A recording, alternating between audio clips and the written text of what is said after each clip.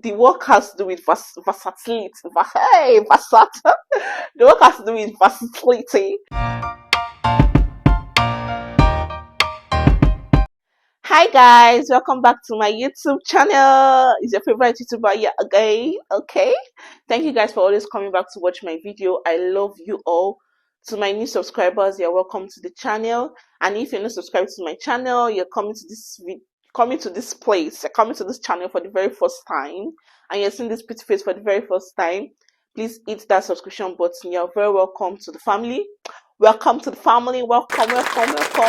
Please subscribe to my channel. Okay, thank you so much, guys. All right, so from the title of this video, you already know what this video is all about. Yeah, so if it's something that is of interest to you, stick right to the video to the very end and give this video a thumbs up. Okay, all right, guys. So lately I'm getting some questions about, oh, what does a support worker do? Oh, you're a support worker, what is this job all about? Yeah, so if you're new to the channel, I work as a support worker here in the UK. I came to the UK 2022. Yeah, last year January. I came in via the student visa route with my family, and I'm done with my studies. So I currently work as a support worker in the UK, and I've been working as a support worker for I think 8 months now, over 6 months, yeah, in the UK. I work as a support worker and also as a care assistant. I juggle both of them. Well, they go like they're brothers and sisters, anyways. So basically, this video is going to be all about support work. What is a support worker? What does a support worker do? What does this job role entail? What do you do? Oh, you're a support worker. What do you actually do? Do you get? So I posted a video recently about my first night shift as a support worker, and I got some questions like, or I got some comments like, is this how chilled the work is? Like, you're not doing anything, you're just sitting down writing. Like, is that what a support worker does? Like, tell us now, to give us more details or give us more insight on what you actually do. Yeah, so that's what I'm going to be doing in this video. So first and foremost, I want to define who a support worker is. I'm definitely going to give you guys like scenarios and give you my experience and some real life situations here, but I want to give you like a proper definition of who a support worker is. And I was thinking of the best way to define this term, and I came across the best definition on lifeways.co.uk, and I'm going to put it on the screen as well while I read it out. Who is a support worker, or what is a support worker? A support worker is someone who looks after the well-being of people in their daily lives. They help people living with different physical disabilities and mental health needs to live their lives more independently and support them to reach their potential by providing both physical and emotional support. The role of a support worker is so varied, each person has unique needs, which makes the job unique too. I don't know if you guys got it. So basically, the role of a support worker actually varies from a client to a client, from one person to another. So now I'm going to explain it better. Yeah. So currently I work as a support worker here, but with an agency. I work with an agency, so I don't have a permanent home I go to. I go to different homes to help to assist different individuals. Okay. So let's say today my agency sends me to a particular home with young adults with autism. Yeah, so I go to that particular home, and I'm probably paired with a client or a person with an autism with an autism disorder. Yeah, I'm paired with someone with an autism disorder, and this person probably knows how to do everything himself or herself. Let me say himself. Let me give the person a name. Let's say his name is Daniel. Okay, so Daniel knows how to do almost everything himself, but he just needs to be prompted. Do you get? Okay, so I go there in the morning. I'm like, hello Daniel, how are you? How was your night? Did you sleep well? Okay, now it's time to have your bath, do your morning routine, and all of that. So Daniel knows what to do, but he just needs to be prompted. So I'm just prompting him, oh, okay, now you have to go into the bathroom to take your bath. He probably knows how to take his bath himself. He bathes himself up, or he might need an assistant with scrubbing his back. Do you get? And then he finished bathing. He probably doesn't know what next to do. I give him a towel to towel his body. I tell him to brush his teeth. Do you get? Like, I put him through his morning routine. Then we come together maybe in the afternoon. We do like we do drawings, we paint, we do stuffs together. He wants to go shopping. We go out together to shop. I tell him, okay, this I want to probably pay. I assist him or tell him how to scan the items. Do you get? That is Daniel. That is Daniel. So that is what I'm just basically doing. I'm supporting Daniel. I'm supporting Daniel to live his life like a normal human being. Do you get? And then maybe tomorrow I'm posted to another home to to let's give her Cynthia. Okay, let's call her Cynthia. Yeah, I'm posted to a particular home to assist Cynthia with her daily activities. But Cynthia has a physical disability. Now remember Daniel has autism, yeah? But Cynthia has physical disability. Let's say she can't walk, yeah? She can't walk, or what's the most common one? Most common physical disability. Yeah, let's say she can't walk, right? And I'm to assist her with her routines and everything. I go there in the morning as usual, I greet her and everything.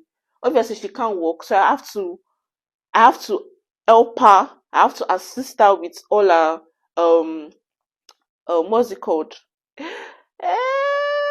I forgot it, I forgot it. Hey, hey, Cynthia.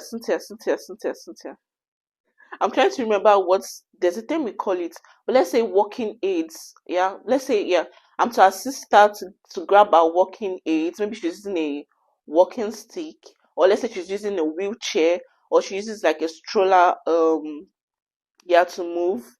Yeah, or probably she's really physical disabled. Like she really can't, like maybe her legs are really like curled up, or they can't even, do you get, may have to use like hoist, or what else do we use? Yeah, I do get like working aids to just help her mobile, to just be mobile, to move from one place to another. So usually your when you want to be employed as a support worker, you go through some trainings, and your employer will train you on how to use this these equipments, wheelchair, hoist, and all of that, steady, and rest of them. It's called manual handling training. So yeah, I'm in Cynthia's home, and I'm just assisting her on moving from one place to another, helping her to balance well on the steady, helping her to probably sit well on the wheelchair, and all of that. And then she knows how to go into the bathroom to brush her teeth, maybe while seated in the wheelchair or on the steady. And then if she wants to have a bath, she probably have to move from the steady, and our sister to sit on a chair that she usually sits to have a bath. Do you get, like all of that? Different homes and different clients with um um different what different needs. Yeah, I might go to a particular home with mental health mental health clients, mental health patients, mental health clients. And maybe this particular home, there are homes with young adults who have like brain injury, or their brain has been affected due to too much alcohol or drugs. You get, most times those kind of individuals tend to be violence. Do you get? They tend to be violent. So you also have to be cautious in dealing with those kind of individuals. But you are there to assist them. You are there to put a smile on their faces. You are there to make life seem normal and assist them with all their daily routine. Do you get? That is what a support worker does. That is the role of a support worker. So usually when you go to a particular home and you are assigned to a particular client, you are given a PBS plan. PBS plan, PBS is positive behavior and support. So this PBS plan gives you all you need to know, like it tells you all you need to know about this person, all the positive behavior, all the things you need to do to make this person's life better, all the things that Let me look for a perfect definition of PBS. PBS, Positive Behavior Support Plan, PBS plan, is a document created to help understand behavior and support behavior change in children and adults who have learning disabilities. So it's just like a book. It's when you get to the home, they give you a book to just read through, so you know what and what is about this patient, what and what. Oh, and most times they also have like a likes and dislikes. They'll give you, see a page where, oh, what this person likes, or what Daniel likes and what Daniel dislikes. Do you get? Most of what this person dislikes, if you peradventure mistakenly do that thing that he dislikes, or you give him what he dislikes, it triggers them. I don't know if I'm making sense. Like, it triggers them, and you probably see them behaving in a certain way they shouldn't behave. For instance, I've worked with a patient before that is allergic to wheat, so doesn't take anything that has wheat. Do you get? If peradventure you don't know that, or you don't sit in his PBS plan, and it tells you, oh, I'd like to eat wheat biscuits, and you don't know. Sometimes they want to play with your intelligence, especially if you're new to this system. They know that you probably wouldn't know, or you probably didn't go through their PBS plan or their file. And then you give this patient, you give this client a wheat biscuit. Before you know it, something is happening. Before you know it, the client is getting elevated. You are seeing the client doing one thing that he shouldn't be doing. Do you get? It's quite dangerous, and it's going to be harmful to you, both you and this clients. So usually we call them service users, we call them service user clients and all of that. So I've been interchanging all the words. Sometimes I call them patients, sometimes I don't know. Just patients, clients, service users, residents, and all of that. So, as a support worker, you actually support people with, I've said it before, with various needs. You have people with autism, with learning disabilities, with mental health needs, with physical disabilities. Do you get? So you have to be versatile. Like, it's a the work has to do with versatility. Hey, versatile. The work has to do with versatility. So you tend to experience so many things, meet people. You have to be someone who is passionate, someone who is empathetic, who is also emotionally stable. Do you get? Like, because you're going to face different, you're going to see different things. I remember, oh my god, I remember my very first shift last year, my very first shift ever. I was sent to a home with young teenagers that have autism disorder. I was sent to that home. That was my very first shift. Fine, I'd read about what who a support worker is. I'd done training and everything, but I'd never been there. Do you get? I didn't have the experience, like the real experience. So I went to the home. I was really nervous. I won't even lie. I was very nervous. I went there. That particular home has over 10 service users there. Ah, God, I was paired with a particular service user, and while I was paired with that service user, I was also witnessing the display of other service users as well. I don't know if you get what I mean. Guys, see, remain small, I would have started crying. I was that sense of pity, that pity was just there. I was just feeling so, I was like, God, these are actually people's kids.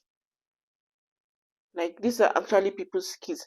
I've not been in a place where I see a lot of disabled people, or people who are vulnerable or have disorders. Like, I've never like been in that setting. Do you get?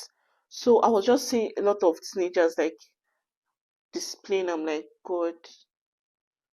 First of all, I said, God, thank you for my children, and then I'm like, God, I'm just imagining how the parents of these kids are actually feeling.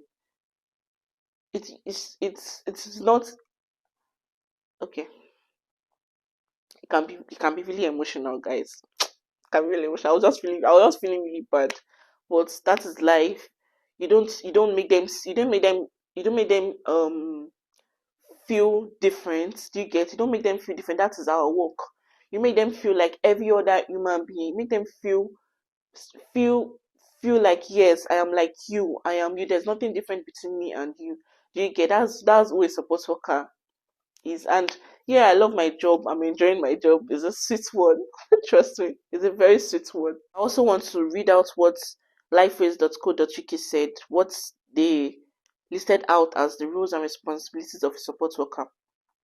So a support worker provides physical support. I mentioned that, which may include helping with household tasks and personal care, providing emotional support for an individual and their families, supporting and helping with healthcare needs, including routine checks or administering medications. Yeah, so I omitted administration of medications because to administer medications you have to be trained. All right. So I've not been trained yet to administer medications to my clients. So you have to be trained. Don't make that mistake of administering medication without being trained. A lot of times when I go to a particular home, they ask you, "Oh, are you meds trained? Like medicine, meds. Are you meds trained?" I'm like, "No, I'm not." Okay, no worries. I would administer the drugs myself. So the person will come and administer the drugs, maybe a senior staff or something. A lot of times it's like, "Oh, please go ahead and can you give him his drugs, please?" Don't go and beg. Just go and beg and go and give the service user drugs without. Fine, it's quite easy. You might see the everything like they have their, oh, this and this. It's quite easy, but please don't make that mistake. If you're not med trained, do not administer medication until you're med trained. I think I'm going to soon be medicationally trained. So I'll soon get to that point of administering medication. Encouraging and supporting the development of personal skills through hobbies and interests. You have a particular service user that loves doing something. Like I have a service user that loves playing football. You encourage these services that you go to the field, you join services and you play football. Guys, there's a particular home that I go to that I play PS4 and PS5. I've never played this game before. I don't play, my husband doesn't play, we don't play PS4, PS5. But I have to learn because this service user likes me joining him to play. So do you get, it's something they love. You just have to be part of it, part of their lives, joining in doing what they love. So teaching life skills such as shopping, I mentioned it, using public transport and paying for bills. You teach them how to do this. Working with other healthcare professionals to ensure that all care needs meet the highest possible standards. So as a support worker, you make a positive difference to someone's life, and helping them become more independent brings feelings of accomplishment and satisfaction. Do you get? Like helping them to become more independent gives you that feeling of satisfaction, that feeling of accomplishment. Like, ah, I've done something, like I feel fulfilled. Okay, do you get? Like a lot of times I'm like, when I see my services are happy, I'm also happy. Like, okay, nice. Do you get? You're also excited that you've done something, you've put a smile on someone's face. I'm going to read out this quote that I saw online. As a support worker, you have to wear many different hats. Now I mentioned being versatile. You have to wear many different hats. You're a professional, but also a companion. You're a coach, you are an educator, and a community bridge builder. You help people to live fulfilling lives, to be an inclusive part of their community, and you enable them to develop and maintain relationships. Your support means they have choice and control in their lives. Variety is very much part of the role. So yeah, this choice, they have choice. Now you are with Daniel, and Daniel is insisting on not brushing his teeth. Oh, I don't want to brush my teeth. Oh, I don't want to brush my teeth. Oh, leave me. I don't want to brush my teeth. You are not supposed to force that service user to brush his teeth. You can't force Daniel to brush his teeth if he doesn't want to brush his teeth. You can't. You can only let him know of the disadvantages of not brushing his teeth. Oh, Daniel, don't you think you should brush your teeth? If you don't brush your teeth might start smelling. Stuff like that. Do you get? Or you just, okay, Daniel, I'm just going to give you 5 minutes and I'll come back. Maybe you have a change of mind, a change of heart, and probably want to brush your teeth. Okay, I'll leave you for 5 minutes and you come back. Oh, Daniel, would you like to brush your teeth now? You can't force them. Oh yeah, go and brush your teeth. No, you don't. They don't want to do it, they don't want to do it. Give them space, give them some time. Maybe they will have a change of heart. Let them know good reasons why they should do this. Reasons why if they don't do this, what's going to happen. Do you get? Honestly, to be a support worker is not a difficult thing. It's not a difficult. You don't need like serious training. You probably just need the normal manual handling and basic life support training and TMVA, PMVA training of restraint and all of that. Maybe you want to be um maybe your service user is going violence, how to restrain, how to do all of that, how to use normal mobile aids, like I mentioned, that's manual handling training, all of that. So that they'll give you your employer will give you all of those trainings. Yeah, but for skills, you don't really need much skills. You don't even need experience, to be very honest. You don't need experience. You just need to be compassionate, you need to be empathetic, you need to be friendly, you need to be approachable, you need to be like you need to be someone who loves to see people being happy. There are certain skills that are beneficial to have when working as a support worker. For example, an interest in helping other people regardless of their condition. The ability to communicate clearly and sensitively when talking to people and their families. Good listening skills, great problem solving skills, and the ability to adapt and act accordingly to actions. Good time management skills to be able to support the needs of multiple people. In case you are faced with three, four services at the same time, you have to be able to manage all of those people at the same time. You have to have the ability to keep up with changing standards and codes of conduct in the social care sector. You have to have the ability to work both alone and as part of a team, because sometimes you might work one on one, you might work as a team. One on one is just you alone with a particular service user, or you might work as a team. A high level of patience and emotional resilience. Patience. Hey, patience, guys, patience. You must be very patient because you need it. Trust me, you might be pushed at some points, but you need to calm down, farabalẹ̀. You need to be patient. You must be empathetic towards everyone. You must have the ability to make good, positive relationships with people and their families. You must have the ability to communicate with other healthcare professionals. That patient saying, that patient, I can remember a particular service user that was calling one Nigerian guy black monkey, like with a stern face, not like he's playing or he's joking, with a stern face. Black monkey, you can even insult your family, you can just say so many things. You can't insult them back, obviously. That particular service user is not mentally alright. He has mental disorder, so you should try to understand that okay, this person has mental, so you shouldn't even really take it to heart. Trust me. So you just have to be patient. Is there an opportunity for you to progress in this career? Yes, there's an opportunity. You can take some courses. I think there are NVQ courses. You can write those courses. You can go from being a support worker to being a team lead. You can get to the managerial role and all of that. So there is actually growth. There is growth. There is growth. There is growth. Yeah. So I hope I've been able to explain to you guys and tell you guys what a support worker does, who a support worker is, what I do as a support worker. I hope I've been able to shed more light on it and give you guys insights on who a support worker is. So if this career path is something that you would like to go through, something that you like to experience, something that you like to dive into, please don't hesitate to do it because there is actually growth and it's something that gives you a sense of fulfillment and there's money. You get paid for what you do, okay? You get paid for what you do, and you're changing lives, putting smile on people's faces. So I think it's a really nice, yeah, a really nice career actually.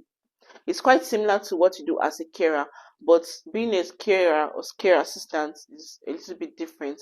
And I'll do a different video on that. I won't want to like put all of that in this particular video, so it doesn't get too long. So I'll do a different video on what a care assistant does, who a care assistant is. But this video is just basically about support worker. I hope I've been able to do justice to this topic.